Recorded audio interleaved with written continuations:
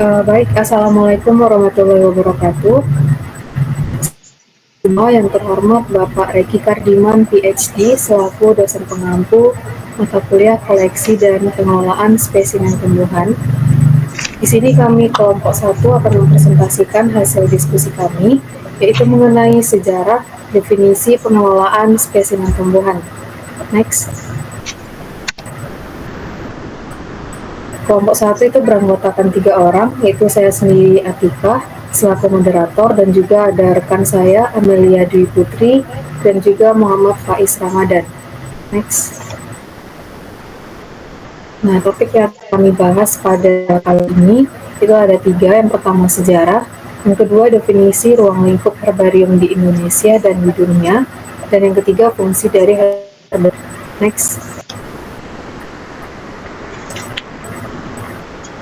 Baik, saya akan menjelaskan mengenai sejarah herbarium, di mana secara etimologi kata herbarium ini berasal dari bahasa Latin herba, yang berarti tumbuhan, dan akhirannya arium, yang berarti tempat atau wadah. Sehingga secara harfiah itu herbarium ini dapat dimaknai sebagai tempat tumbuhan. Next. Nah, di sini ada definisi herbarium, di mana herbarium ini adalah koleksi ilmiah tanaman yang diawetkan dalam bentuk kering. Spesimen itu biasanya ditekan, dikeringkan, ditempel di lembar kertas khusus, lalu diberi label. Fungsinya itu untuk menyimpan informasi penting tentang keanekaragaman tumbuhan dari waktu ke waktu. Next. Nah, pada abad ke-16, sekitar tahun 1500-an, itu konsep herbarium lahir di Italia, di mana minat terhadap tumbuhan itu semakin tinggi, terutama karena kebutuhan untuk mempelajari tanaman obat, rempah, dan juga botani murni. Nah, dari sinilah muncul gagasan untuk mengumpulkan dan mendokumentasikan tumbuhan dalam bentuk spesimen kering. Kemudian Luca Gini pada tahun 1490 sampai 1506 itu dianggap sebagai pencetus herbarium. Yang untuk pertama kalinya menggunakan metode menekan dan mengeringkan tanaman, kemudian menempelkannya pada lembaran kertas. Sebelumnya gini orang sebelum gini orang biasanya itu hanya menggambar atau menulis deskripsi tumbuhan. Nah, selanjutnya gini itu membuat langkah baru, tumbuhan nyata bisa diawetkan. Kemudian muridnya Gerardo Cibo itu menciptakan salah satu herbarium tertua yang masih ada, sekitar tahun 1532. Kemudian pada abad ke-18, sekitar 1700-an, Carl Linnaeus, bapak taksonomi modern, itu memperbaiki metode herbarium. Ia memperkenalkan sistem menggunakan lembaran individual yang bisa dipindah dan disimpan dalam kabinet.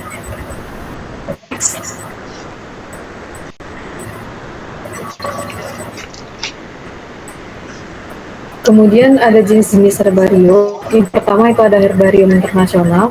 Contohnya itu Botanic Gardens di Kew, yang berfungsi menjadi acuan identifikasi spesies secara internasional dan juga tempat berbagi data botani untuk seluruh dunia.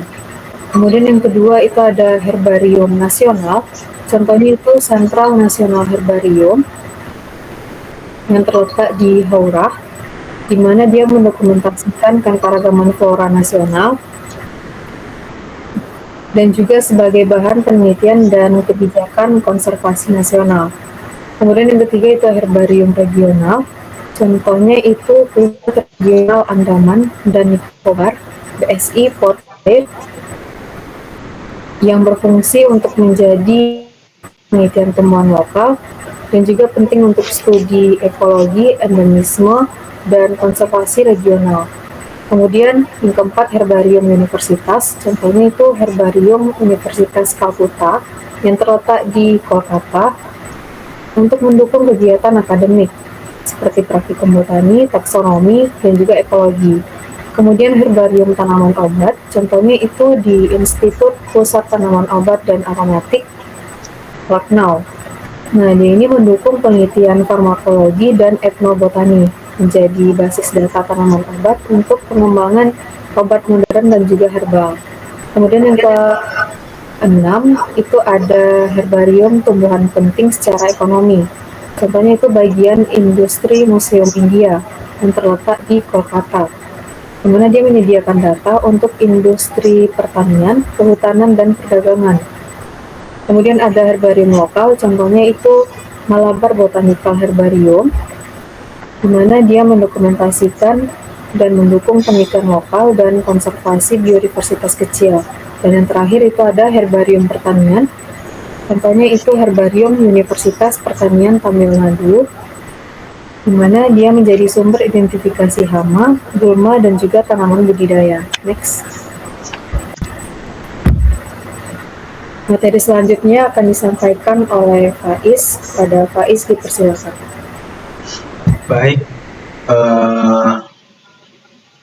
materi selanjutnya ialah tujuan herbarium. Yang pertama, untuk menyediakan fasilitas untuk penentuan materi apapun termasuk taksa baru. Kemudian untuk memungkinkan persiapan monograf dan flora baru. Yang ketiga, melestarikan spesimen yang memiliki nilai sejarah penting. Yang keempat, untuk mengumpulkan data guna menentukan jangkauan dan distribusi ekologi. Yang kelima, untuk mengumpulkan spesimen dalam bentuk yang relatif permanen untuk studi morfologi dan filogenetik komparatif. Selanjutnya, untuk menyediakan bahan bagi penelitian khusus seperti anatomi tumbuhan, palinologi, etnobotani, serta untuk penelitian molekuler. Selanjutnya, tujuan herbarium secara ilmiah yaitu sebagai referensi taksonomi, identifikasi dan klasifikasi tumbuhan. Dalam pendidikan, sebagai media pembelajaran botani untuk siswa, mahasiswa, dan peneliti. Secara konservasi itu mendokumentasikan keanekaragaman hayati agar tidak hilang meskipun habitatnya mengalami kerusakan. Dalam sejarah menjadi arsip biologis yang merekam flora suatu daerah pada periode tertentu.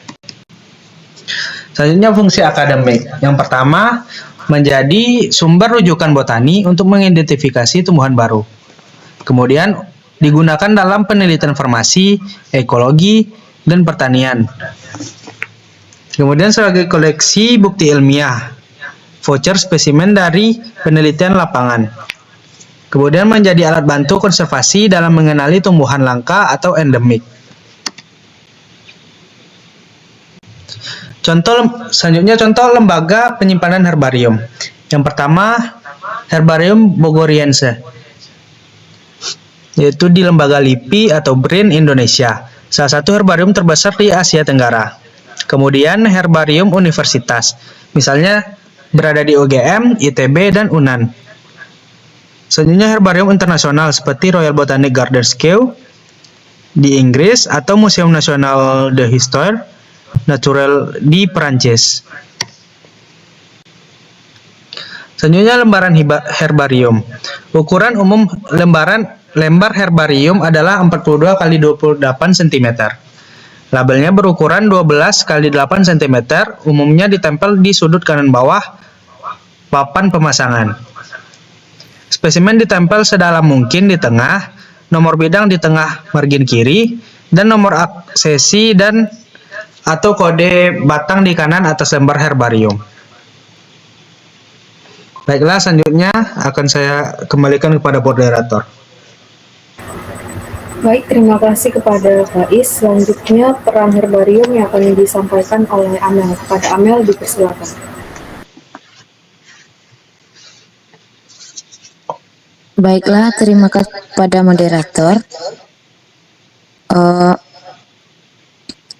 Saya akan melanjutkan materi selanjutnya, peran herbarium dalam pengajaran dan penelitian.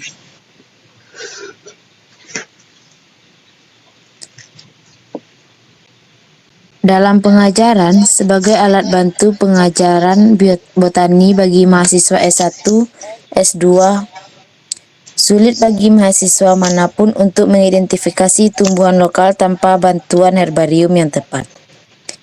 Yang kedua itu bagi penelitian. Bagi penelitian etnobotani, Herbarium telah terbukti menjadi sumber informasi yang sangat berharga. Banyak bermanfaat tumbuhan asli yang tercatat pada lembar herbarium belum pernah dipublikasikan dan oleh karena itu belum pernah diteliti secara ilmiah.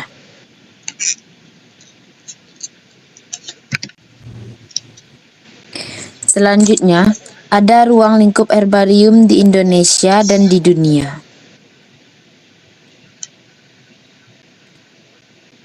Yang pertama, ruang lingkup herbarium di dunia. Herbaria tersebar hampir di semua negara dan jumlahnya mencapai lebih dari 3.000 herbarium dengan total sekitar 390 juta spesimen tumbuhan. Data indeks herbarium tahun 2003.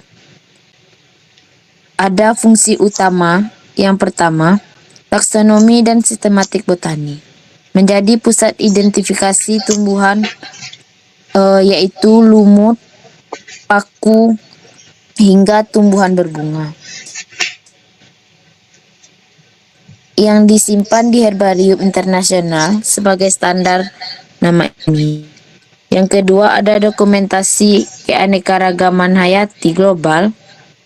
Setiap negara menyimpan spesimen asli flora mereka.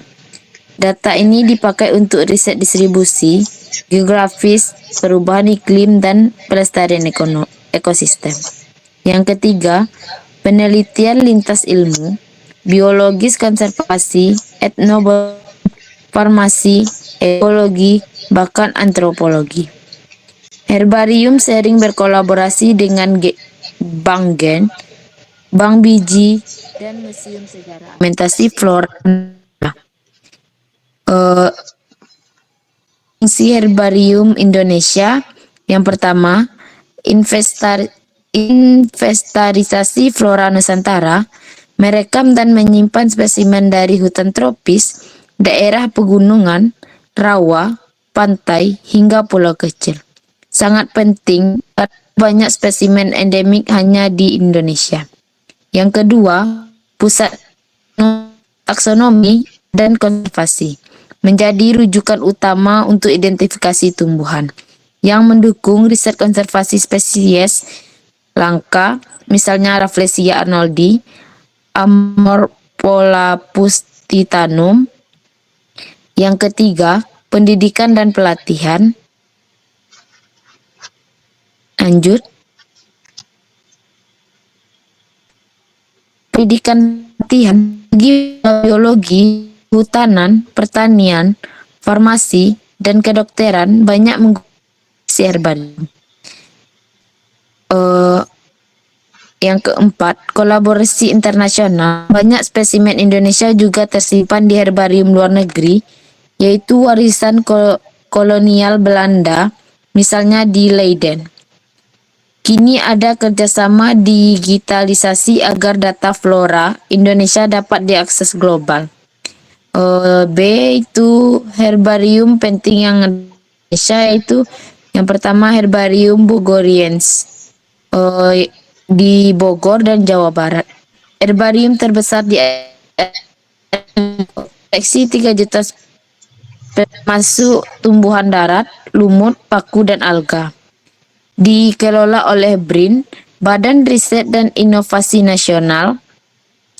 Yang kedua, herbarium universitas. Herbarium Anda, yaitu Universitas Andalas Padang, fokus flora.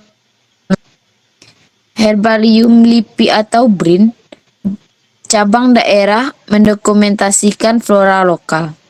Herbarium Kebun Raya Bogor, Cibodas, Purwowadadi, Bali, itu koleksi spesimen dari kebun raya. Yang selanjutnya herbarium regional atau lokal. Beberapa universitas besar yaitu UI, UGM, Unhas, IPB, UNPAD, dan sebagai berikut. Ada juga herbarium kecil di politeknik atau akademik sebagai sarana pendidikan. Yang ketiga, tantangan dan peran masa depan. Di dunia, digitalisasi masih belum merata. Baru 30% koleksi global terdigitalisasi. Perubahan iklim yang herbarium digunakan untuk memodelkan pergeseran sebaran spesies. Di Indonesia, keterbatasan tenaga ahli taksonomi yang jumlah ahli tumbuhan masih sedikit dibanding keragaman flora. Ancaman deforestasi yang banyak spesimen mungkin penuh di alam hanya tersisa di herbarium. Selanjutnya, pentingnya tidak menghubungkan herbarium Indonesia dengan jaringan internasional, yaitu di GBIF Index Herbarium. Jadi kesimpulannya, di dunia herbarium berfungsi